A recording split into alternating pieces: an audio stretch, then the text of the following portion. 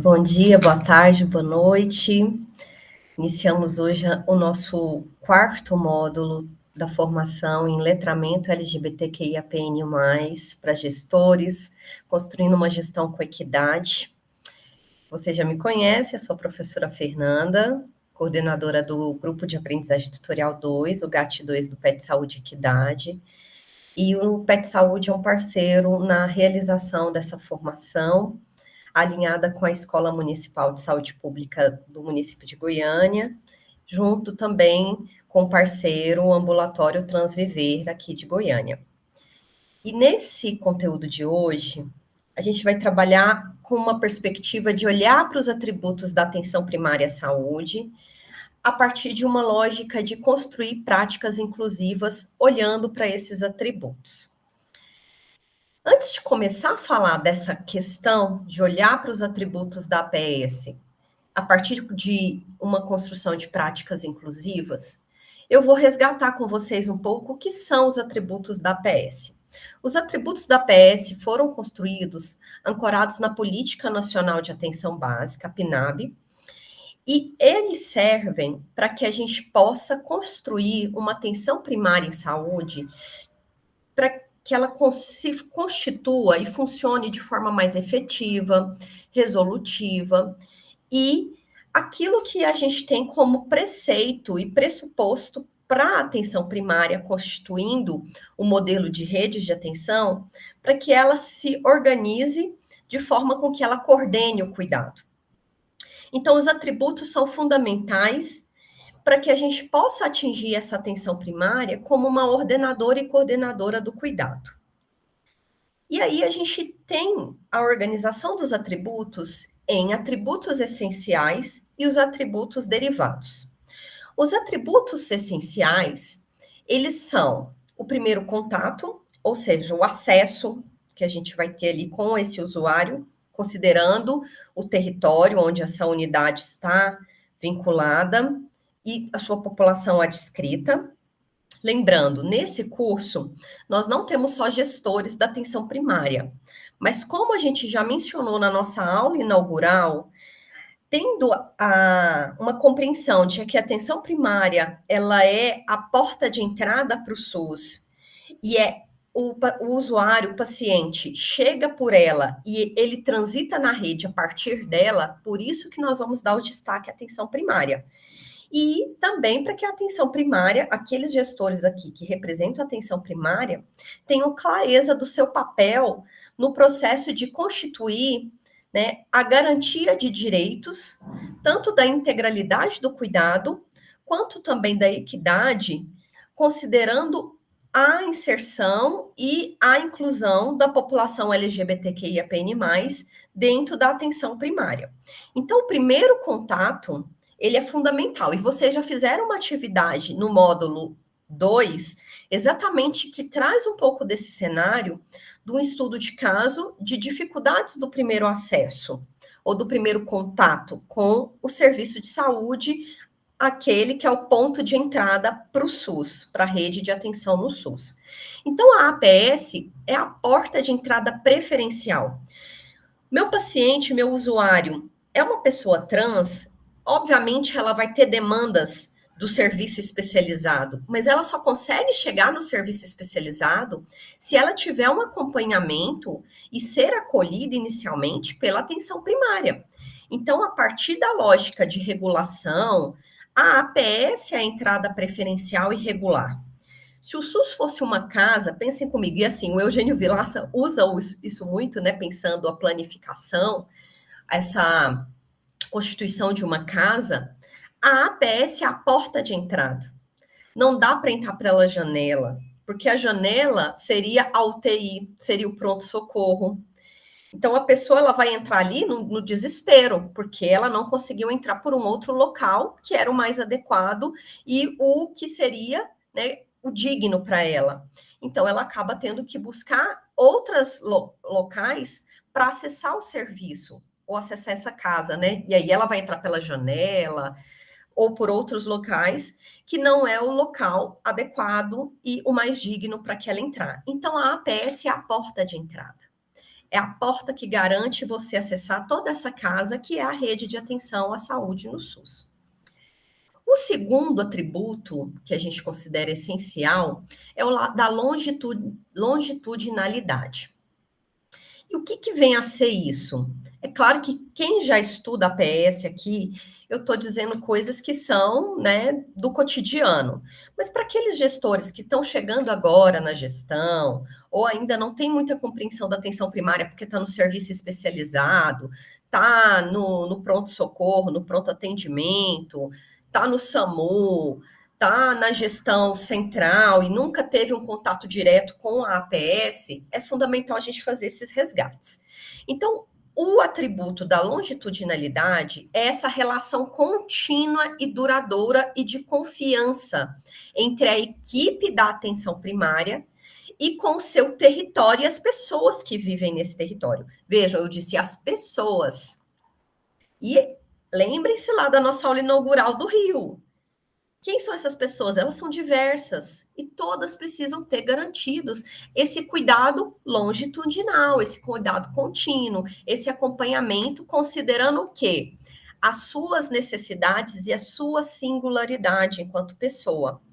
Então, pensar o atributo de longitudinalidade é pensar que o SUS, ele permite um acompanhamento de longo prazo, né? Ou seja, e não é à toa que hoje a gente pensa também no curso da vida, no ciclo de vida. O SUS, ele vai abarcar desde que você nasce, por meio das maternidades, do pré-natal, até quando você vai morrer, ou seja, no seu fim de vida, com cuidados paliativos. O SUS, ele vai perpassar tudo. A nossa política mais recente do SUS é a Política Nacional de Cuidados Paliativos, que fez um ano agora. Ou seja, nós temos políticas no SUS que vai percorrer todo o nosso curso de vida. E assim, a gente precisa pensar considerando a diversidade das nossas pessoas e da nossa população. E como que a gente garante essa relação contínua, duradoura? Construindo vínculo, considerando a história, e essa história ser compartilhada no território, entre essas pessoas, entre a comunidade, e reconhecendo as necessidades reais, não apenas considerando os sintomas e as doenças. Especialmente em relação às pessoas LGBTQIAPN+, infelizmente, se a gente olha a nossa história, durante muito tempo nós patologizamos essas pessoas. E é muito recente o processo de despatologização. Por mais que na nossa cultura ainda existam discursos de patologização dessa diversidade, é importante a gente, então, olhar hoje para essas pessoas a partir das suas necessidades e não mais por uma categoria de classificação de doença. Eu posso estar equivocada, mas, salvo engano, a gente tirou, né, a questão da disforia de gênero ou, né, a pessoa, né, a transexualidade do CID em 2018, foi um pouco antes da pandemia. Então, até 2018 e 2019, a gente ainda tinha um CID para classificar essas pessoas como uma doença. Né? Isso também foi até a década de 90, a gente viu em relação às pessoas gays, às pessoas lésbicas. Então, como que a gente precisa olhar para as necessidades e não para as doenças, não para os sintomas e não patologizando essas pessoas? Um terceiro atributo que ele é fundamental é o da integralidade, que é um princípio do SUS, que é a nossa capacidade de ofertar um conjunto amplo, um cardápio de serviços que possam garantir o que estão nos objetivos da Lei Orgânica do SUS 8.080, que é proteção, promoção e recuperação da saúde. Então, desde as possibilidades, e eu vou adentrar um pouco mais nessa perspectiva, olhando para a população LGBTQIAPN+, mas a gente considerar essas pessoas não só sobre quando elas aparecem no nosso território, né, na nossa unidade, com alguma doença, com algum sintoma, ou com algum processo de agudização ou de sofrimento. É olhar para essas pessoas com esse conjunto ampliado de possibilidades de cuidado que a gente possa garantir com a proteção, com a promoção da saúde e a recuperação da saúde. Ou seja, não é a APS só pensando acolhimento, tratamento de febre oferecendo vacina. É cuidado para a vida toda e dentro das necessidades que essa pessoa tem ao longo do curso da sua vida. E por último, né, e não menos importante dos atributos essenciais, a gente tem a coordenação do cuidado.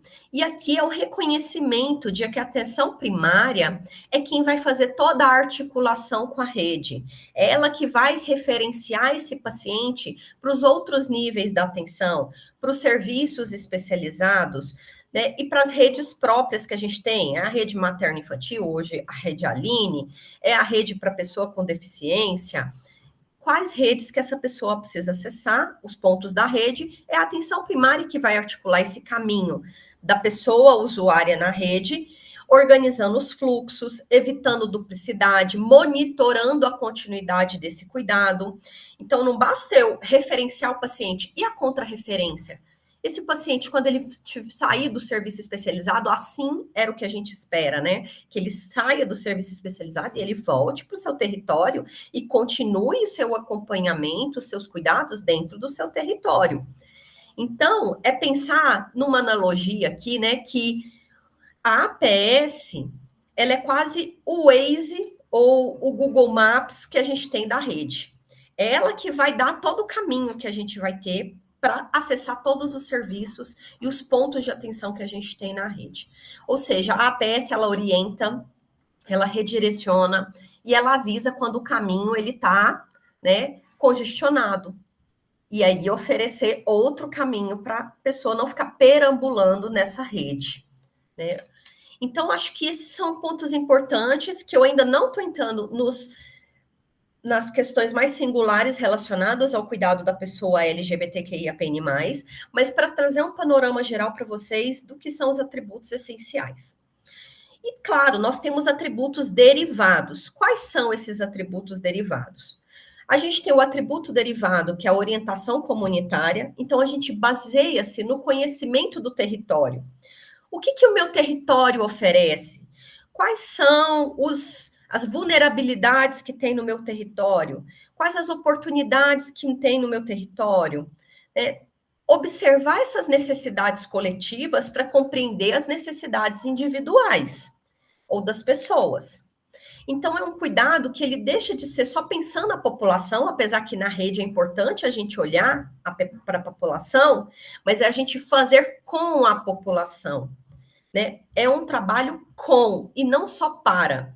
Então, a gente rompe com uma lógica verticalizada e a gente constrói um processo de cuidado compartilhado, corresponsável com essa comunidade, com as pessoas que vivem nesse território. A gente tem um atributo de orientação familiar, que considera o contexto familiar, então a atenção primária, ela tem um olhar importante, a gente, né, não é à toa que são as equipes de estratégia de saúde da família, que vão estar olhando para essa composição familiar, e aí voltem no nosso módulo 3, que eu falei um pouquinho disso também. As nossas famílias são diversas, e a gente precisa reconhecer essa diversidade nas composições e nos arranjos familiares que a gente tem hoje. A gente vai ter famílias com mães solos, em que não tem uma figura, né, de paterna ali.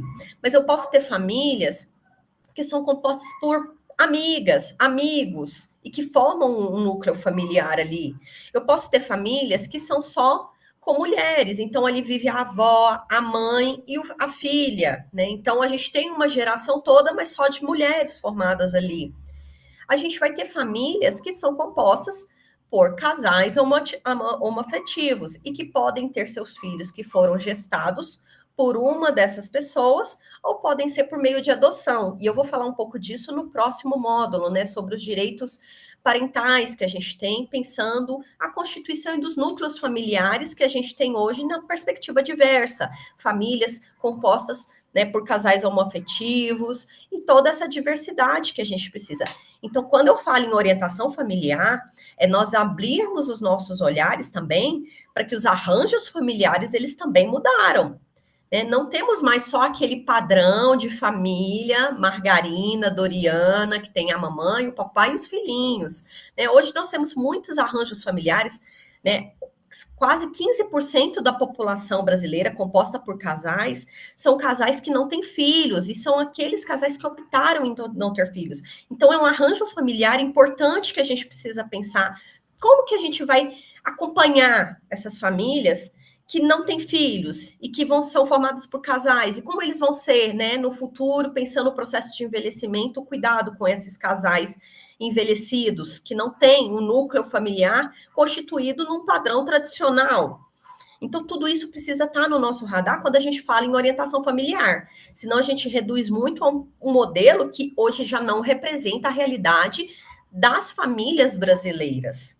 Então, a gente considera esse contexto familiar, como que essas relações estão constituídas, quais são os determinantes sociais que atravessam os processos de vulnerabilidade e adoecimento dessas famílias, considerando os marcadores sociais de diferença, a interseccionalidade é fundamental, que foi um conceito já trabalhado lá no módulo 2 com o professor Ivo, porque a gente precisa reconhecer, por meio do atributo da orientação familiar, que ninguém adoece sozinho.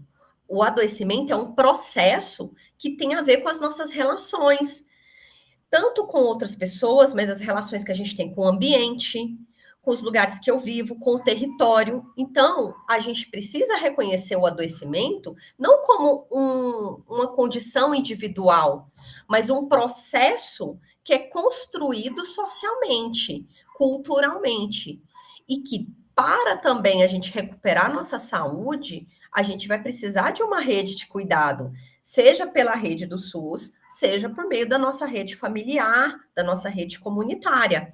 Então, o cuidado também vai ser atravessado por a gente compreender esse contexto familiar e comunitário onde essa pessoa vive.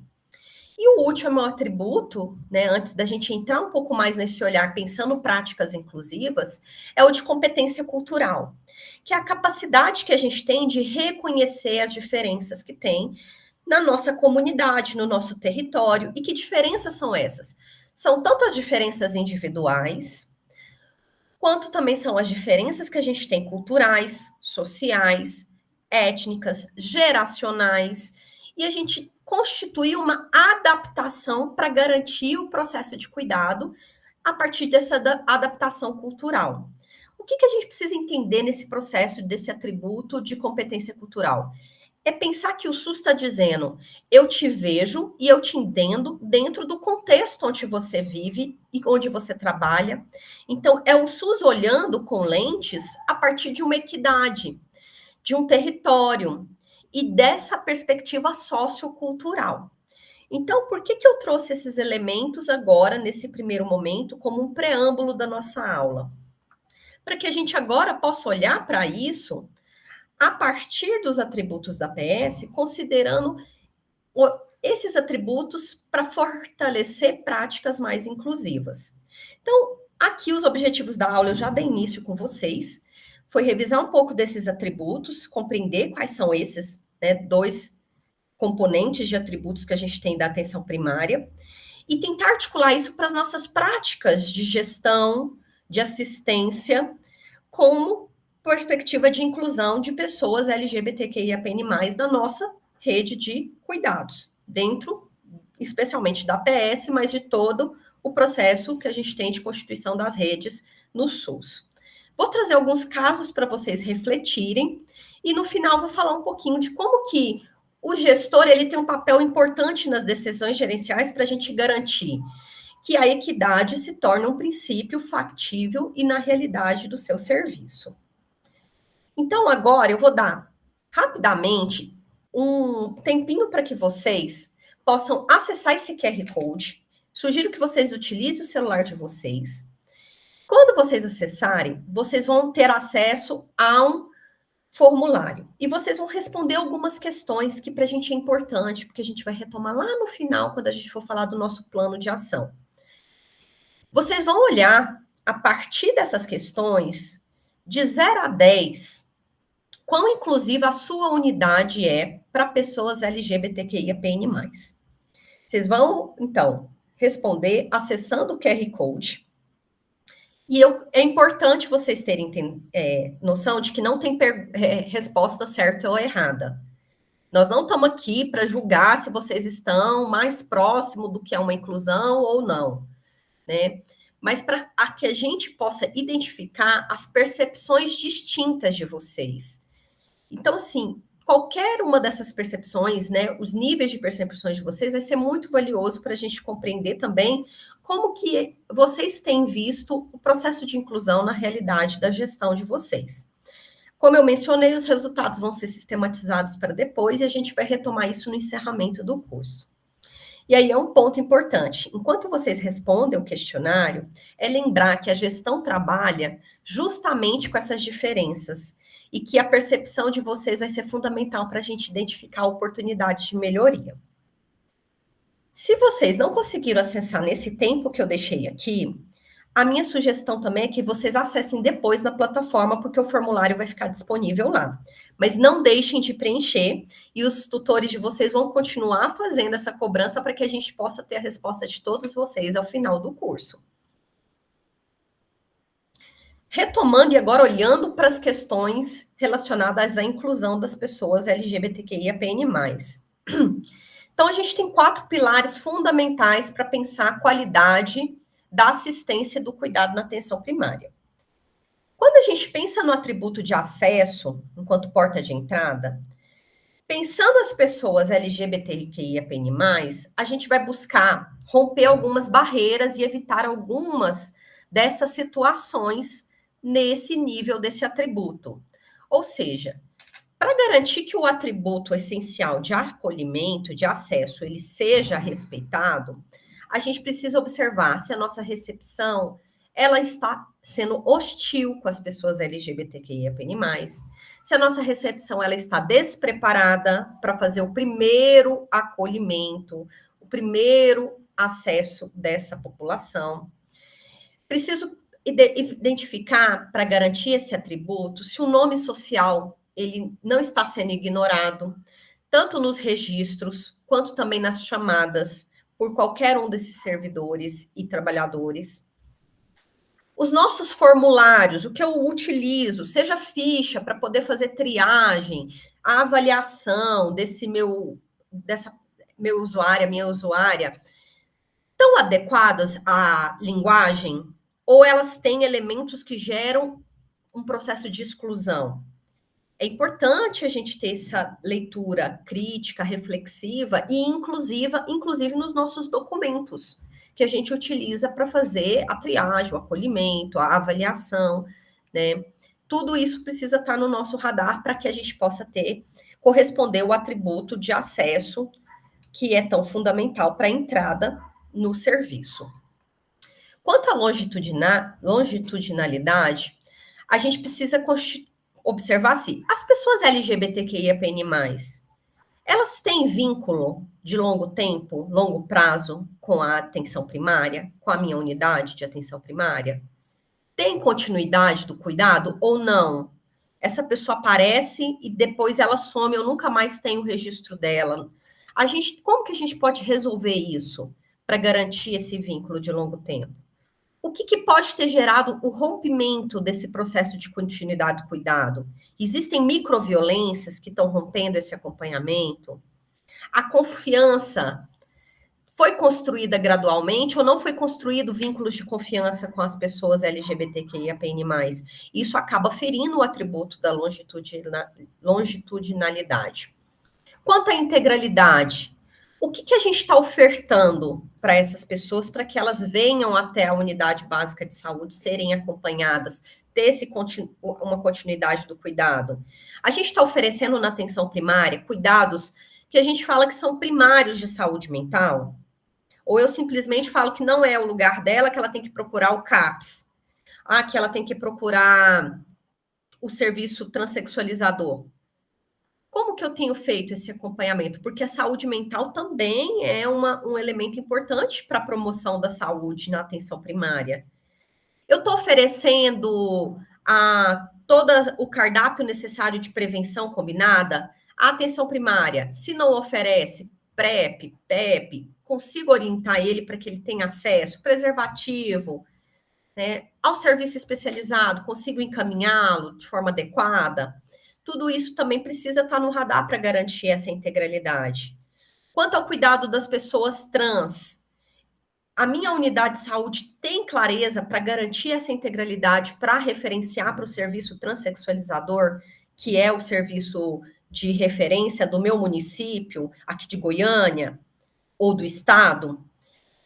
E eu tenho atenção em relação à violência. Como que as pessoas LGBTQIAPN+, elas estão, né, no meu território? Elas estão mais vulneráveis a violências? O meu território é hostil também com as pessoas LGBTQIAPN+. Se essa pessoa chega com algum tipo de hematoma, com algum sinal de violência, não só física, eu tenho cuidado de orientá-la sobre os pontos de atenção às pessoas que vivenciaram algum tipo de violência, né, ou em situação de violência. Eu faço a notificação ou não, eu simplesmente ignoro a notificação porque a pessoa é LGBTQIAPN+, tudo isso também acaba rompendo e prejudicando o atributo de integralidade. E quanto à coordenação do cuidado, a minha rede está articulada? A minha unidade de atenção primária tem clareza dos fluxos sobre os encaminhamentos? Para onde que eu envio determinada pessoa LGBTQIAPN+, considerando as suas necessidades e as suas singularidades? Existe uma comunicação efetiva e adequada entre os serviços? Por exemplo, a unidade básica de saúde, o serviço transexualizador, a unidade básica de saúde e o centro de atenção psicossocial. Pense no cenário de um adolescente não binário, né, que está ali construindo a sua identidade de gênero e que a família não aceita. Vocês têm clareza do encaminhamento dele, por exemplo, para um CAPS infanto-juvenil, para que ele tenha um acompanhamento, para que não gere sofrimento psíquico, nessa constituição dela construindo a sua identidade enquanto pessoa? Como que se dá essa comunicação entre os serviços? Tenho clareza? A continuidade na rede de atenção, tá? Fazendo um exemplo aqui dessa pessoa adolescente, não binária, que está passando por esse cenário de família que não aceita essa identidade de gênero, né? A família está pensando em expulsar de casa, essa pessoa adolescente chega até a atenção primária para vocês, porque a escola fez, né, acionou o conselho tutelar pediu o acompanhamento junto com a atenção primária. Como que vocês vão garantir, né, depois que mandou ele, né, ou ela essa pessoa, para atenção, para o CAPS infanto-juvenil? Como que vocês vão garantir essa continuidade da contrarreferência? Isso tudo precisa estar sendo visto quando a gente fala dos atributos essenciais da APS. E dos atributos derivados? Aqui, esse exemplo que eu acabei de dar, ele é fundamental. Precisamos compreender qual que é a orientação familiar e comunitária que a gente tem, reconhecer como que são essas configurações da família. São famílias que têm dificuldades de compreender essa diversidade sexual, de gênero, né? São famílias que elas trazem na sua base muito mais conservadora, ou às vezes retrógrada, e que não consegue acolher essa diversidade dentro do seu contexto familiar, o que acaba gerando o quê? Conflitos, né? Rompimento desses vínculos afetivos. Como que a atenção primária pode tratar e conduzir isso? O cuidado se estende no contexto dessa vida das pessoas, de mobilizar essas famílias, a comunidade toda no território, para que a gente tenha um respeito ampliado, né? A garantia de dignidade humana para todas essas pessoas. E, claro, tentando fortalecer essas famílias para que não seja um ambiente hostil para a pessoa LGBTQIAPN+. Inclusive, vocês trouxeram alguns exemplos lá na nossa aula inaugural sobre isso, né? Quanto à competência cultural, pensando na população LGBTQIAPN+, a minha comunicação é acolhedora? E vamos pensar a comunicação, não só a comunicação verbal, só o que eu falo, tá? O nosso corpo diz muita coisa. Na verdade, muitas vezes o nosso corpo comunica mais do que a nossa fala. Então, como que eu comunico o acolhimento pelo meu corpo? Qual a forma que eu olho para as pessoas LGBTQIAPN+, que chegam no meu serviço, na minha unidade? É uma forma com que eu acolho? É compassivo? É com empatia ou não? É com julgamento? Às vezes eu pegando, e aí eu vou dar um exemplo aqui, pessoal, mas por favor, assim, não tomem isso como, né, uma ofensa ou algo que eu esteja colocando como negativo, porque cada um tem a sua religiosidade. Mas a pessoa tá ali na recepção, e quando ela vê que é uma pessoa LGBT, ela faz questão de pegar uma Bíblia e colocar a Bíblia em cima do balcão, e começa a folhear, ou começa a ler a Bíblia em voz alta. Ali ela está sinalizando uma comunicação em relação à pessoa LGBTQIA+, que ao longo da história sempre foi numa perspectiva de perversidade, né, de que é pecado você ser uma pessoa LGBTQIA+. Então, às vezes ela nem fez uma fala direta com a pessoa, mas a conduta de pegar a Bíblia, de abrir a Bíblia, de ler um salmo, de ler um trecho da Bíblia em voz alta, ela está comunicando que aquele ambiente não é para aquela pessoa, né? Então ela acaba tendo uma comunicação hostil. Então a gente precisa pensar a competência cultural comunicando de forma mais acolhedora, com empatia, sensível a essa diversidade, as identidades, as expressões de gênero, né? O cuidado que a gente tem de não olhar de uma forma assim, como se fosse algo estranho ao meu olhar. Né? Então, será que essa pessoa é um homem ou é uma mulher? Aí você começa a olhar, você começa a ver que parece que tem mama, mas tá com uma expressão de gênero masculina. A gente precisa tirar, né, essa fumaça que a gente tem, né, essa venda que nos colocam, um estranhamento e ter uma mente um pouco mais aberta em relação às pessoas que vão acessar o serviço e respeitando as suas expressões e a sua identidade de gênero. E isso só se dá, gente, se a gente compreender a realidade cultural e social específica do meu território. Então, como que eu posso fazer práticas inclusivas olhando para os atributos da PS? Ou seja, porque os atributos da PS eles ganhem corpo, né? Que eles se materializem, se concretizem. Primeiro ponto, gente, ambiência. Como que eu faço os espaços físicos serem simbólicos e acolhedores? Tem cartazes relacionados à população LGBTQIA+, tem cartazes falando de serviços específicos para essas pessoas. Parece algo muito simples, mas faz toda a diferença. Tem algo que faça menção às cores da bandeira do movimento LGBTQIA+, ou não tem? Eu só tenho cartaz ali sobre pré-natal e vacinação. Um cartaz já vai fazer uma ambiência diferente, né? Os processos de trabalho, como que estão nossos fluxos, os nossos formulários, eles trazem uma linguagem mais neutra ou não? Ele traz uma linguagem considerando, né, o binômio masculino e feminino. Será que não seria interessante a gente pensar, né, constituir outras linguagens nos nossos formulários para que possam garantir essa inclusão? A nossa comunicação e a nossa linguagem, eu sempre, como professora de educação física, que estou lá no curso de educação física, vou dizer, a nossa comunicação e linguagem não é só verbal. Como que eu comunico também corporalmente? Né? Eu respeito essa pessoa, eu deixo claro as interações de forma com que eu possa acolher, de forma empática.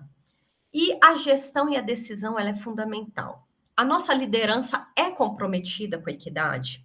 É comprometida com direitos humanos? É comprometida com a dignidade humana? Isso vai fazer toda a diferença, gente. O líder, ele dá o tom da equipe. Então, lembre-se sempre, a comunicação respeitosa, ela começa com a pergunta. O professor Ivo disse isso. Se eu não sei como começar a comunicação, comece perguntando. Como você gostaria de ser chamada ou tratada enquanto pessoa? O que você espera do serviço? Você abre espaço para ela dizer o que ela tem de necessidade. Como posso ajudá-la enquanto pessoa? E se você não tem clareza dentro do que os enquadramentos que a gente tem culturais, que as pessoas partem de um binômio, né, masculino e feminino, e eu não consigo identificar dentro desse binômio, sempre é interessante pensar uma linguagem neutra, pessoa. Use a pessoa. Como você quer ser chamada como pessoa? Como você quer ser tratada como pessoa? Use, então, essa linguagem, porque ela não vai ofender, ela não vai diminuir, ela não vai ser excludente, pelo contrário, vai mostrar para aquela pessoa que você está tendo um cuidado de chamá-la, tratá-la de acordo com o que ela gostaria de ser chamada. Sobre ambiência, como que eu posso fazer esse acolhimento visual, institucional, né? Os espaços da minha unidade. Coloque em cartazes, o seu nome social aqui é respeitado. Dá nome. Quando você coloca um cartaz ali que o nome social vai ser, que o nome social nessa unidade é respeitado, e tem vários cartazes, o Ministério da Saúde já fizeram vários sobre isso. Você dá um recado para a pessoa que é usuária, de que ela está num serviço que vai respeitá-la, mas você também dá recado para a equipe. Olha, aqui está demarcado no ambiente que a gente vai usar o nome social e a gente vai respeitar esse nome social. Então, coloque, né, um cartaz, um comunicado, o seu nome social aqui será respeitado. Documentos e formulários com a linguagem inclusiva, como eu já mencionei, sinalização respeitosa nos ambientes, materiais informativos representativos para a população LGBTQIAPN+, e o nosso curso deixou vários documentos assim para vocês. Tem a cartilha de cuidado das mulheres, né, de cuidado da saúde das mulheres lésbicas, tem de cuidado da pessoa trans. Então, é só a gente ter esse material ali, porque quando eu chego, enquanto pessoa, e vejo que tem material que representa a minha identidade, já me sinaliza que eu estou num lugar que vai me acolher, que vai escutar a minha demanda. Então, se a pessoa. E aí, um ponto importante, gente: se a gente não começa com ambiência, a gente vai já estar tendo, né, ferindo o restante dos outros atributos todos. Porque a ambiência é a porta de entrada. É onde a gente vai acolher essa pessoa. Né? É como que o espaço está organizado para recebê-la. E é um alerta importante: se a pessoa precisa explicar sua identidade antes do sintoma, ou antes da necessidade dela, a gente já falhou na triagem. A gente já falhou na recepção. E não é à toa que vocês reconhecem isso. Tudo começa na recepção.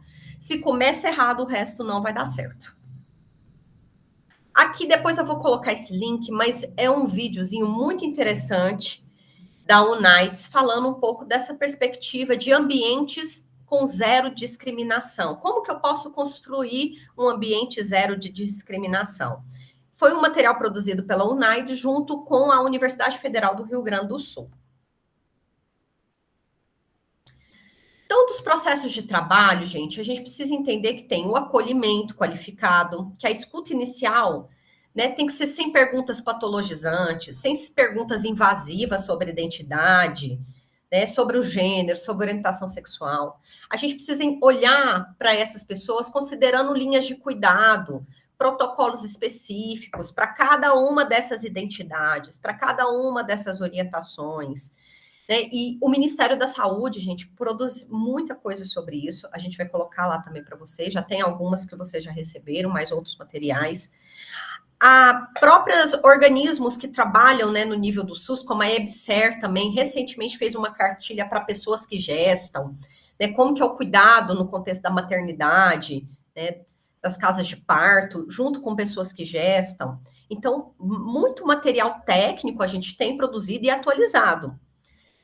E a gente precisa ter os fluxos ativos. Não basta eu ter o fluxo no papel se ele não está acontecendo. Então, os caminhos têm que estar claros para as demandas de saúde mental, questões de situação de violência, as estratégias de prevenção combinada, a considerar o meu público, né, a minha população. Quanto à comunicação, a gente garantir uma linguagem respeitosa, usar termos técnicos apropriados, sem diminutivo, sem eufemismos, sem deboche, sem piadinhas, né? E depois falar, ai, nossa, foi só brincadeira, não era para você ficar assim.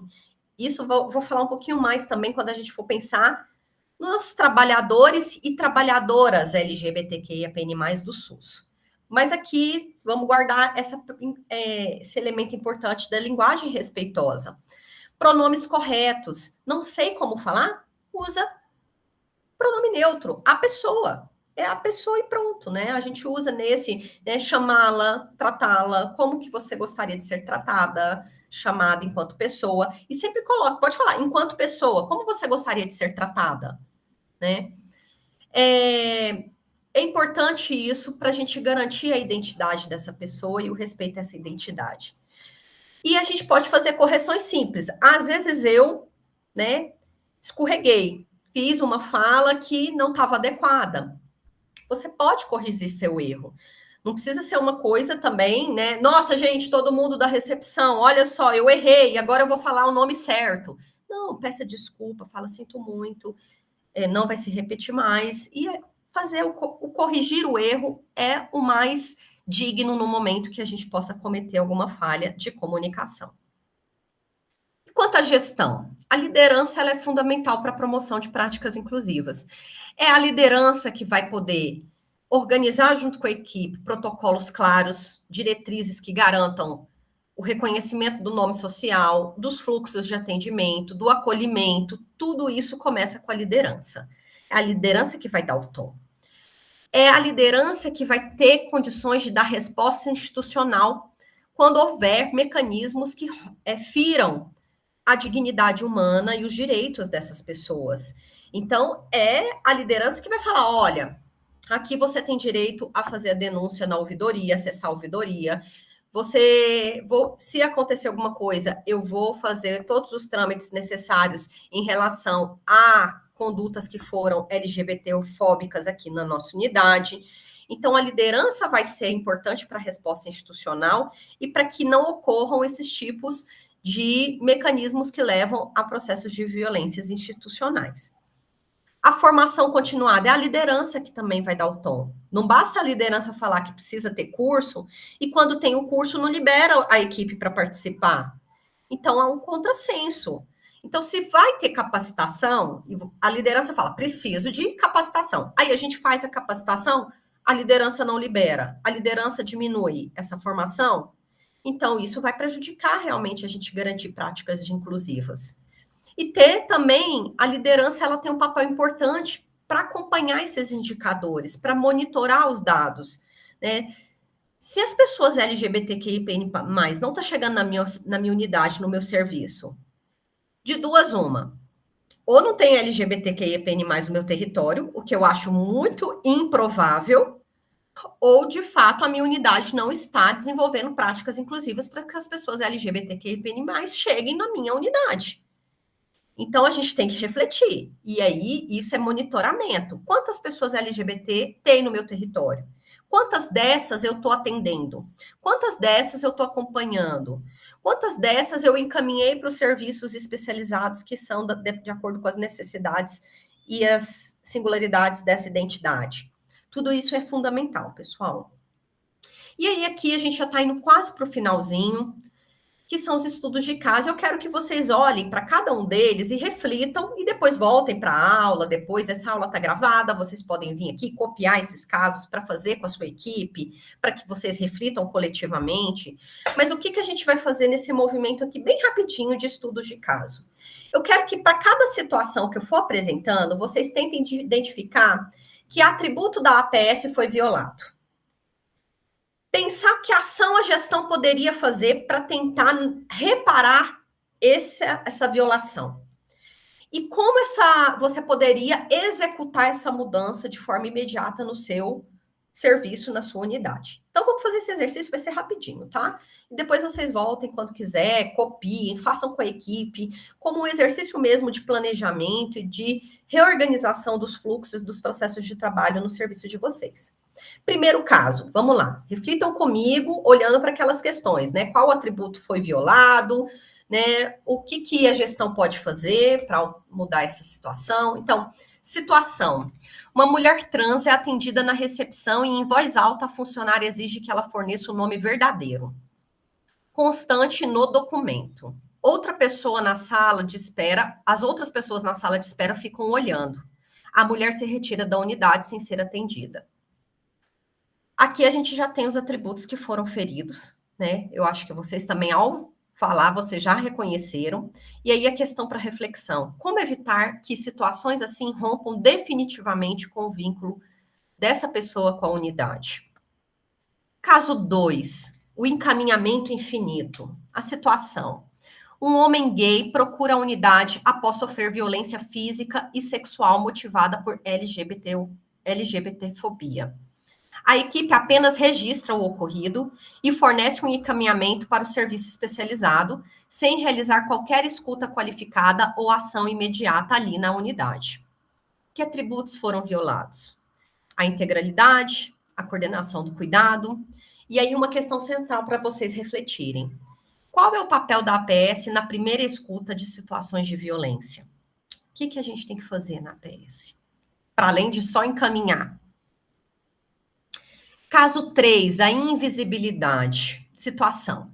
Uma pessoa não binária, designada feminina ao nascer, solicita agendamento de exame preventivo de colo de útero. A recepção informa que este exame é para mulheres e nega o agendamento. Lembra que eu falei desse exemplo? Né? Às vezes você fica com um olhar de estranhamento, porque a pessoa tem ali uma expressão de gênero masculina, mas você identifica que tem ali a mama preservada, né? Tem alguns traços que lembram o feminino, só que aqui o que aconteceu? A pessoa, ao invés de perguntar ou de orientar né, essa pessoa de forma adequada, fazer uma escuta, não, ela fez um julgamento de que aquela pessoa não seria alguém com a demanda ou com a necessidade do preventivo. Então, quais os problemas que a gente também identifica aqui, ferindo atributos, né? A integralidade e a competência cultural, porque tem um desconhecimento sobre as identidades não binárias. E aí, um princípio fundamental: o cuidado, gente, deve ser baseado, né, em anatomia e necessidade de saúde. Então, a gente não pode ter uma identidade de gênero já presumida. Se a pessoa chegou pedindo aquele serviço, não questione, a não ser que você tenha condições de fazer uma avaliação empática, né, sem colocar em julgamento a identidade de gênero daquela pessoa. Para a gente fechar, então, eu quero que vocês, né, pensem aí avaliando a sua unidade, o seu serviço. Pensa e cita. Depois a gente vai abrir um fórum e vocês vão responder isso no fórum. Cite uma ação da sua gestão, né, que você pode implementar nos próximos dias para ampliar a inclusão LGBTQIAPN+, em sua unidade, considerando os atributos da APS. Porque os atributos, eles estão vistos como da APS, mas se a gente for olhar, gente, os atributos da APS servem para qualquer unidade, para qualquer serviço e para qualquer lugar onde a gente esteja, espaços que a gente represente, né? Então, isso vai ser um fórum, já estou antecipando, é uma atividade que vocês vão fazer. E já fiquem refletindo, qual uma ação que vocês poderiam implementar nos próximos dias? Pense aí, nos próximos 15 dias, o que vocês poderiam fazer para garantir a ampliação e a inclusão LGBTQIAPN+, na sua unidade. A gente, então, né, para fazer uma síntese, pensar os compromissos enquanto gestores e lideranças que vocês ocupam, né, os atributos, eles agirem como guias de qualidade para vocês. Se os atributos estão sendo violados, a qualidade do cuidado está prejudicada. Pensar a inclusão como um critério de funcionamento da sua unidade, do seu serviço. Ou seja, às vezes alguém da nossa equipe acha que é serviço a mais. Ai, nossa, agora também vou ter que atender pessoa LGBTQIAPN+. Não, gente, a inclusão não é um extra, não é um diferencial. É a rotina do serviço. Se as pessoas não estão chegando, a gente está falhando no atendimento e no cuidado da comunidade que a gente tem ali no nosso território. E o papel da gestão. Como gestores, vocês têm o poder de transformar práticas, né? Eu acho que isso aqui também eu deixei claro durante a nossa aula, porque vocês vão dar o tom dos protocolos, dos formulários, dos instrumentos de gestão, de processo de trabalho e da constituição de ambientes mais inclusivos. Todo esse material também vai estar disponível na plataforma para vocês. Aqui na apresentação também, os itens estão clicáveis, então vocês podem acessar também por essa apresentação que vai estar na aula, né? Vai estar disponível na plataforma.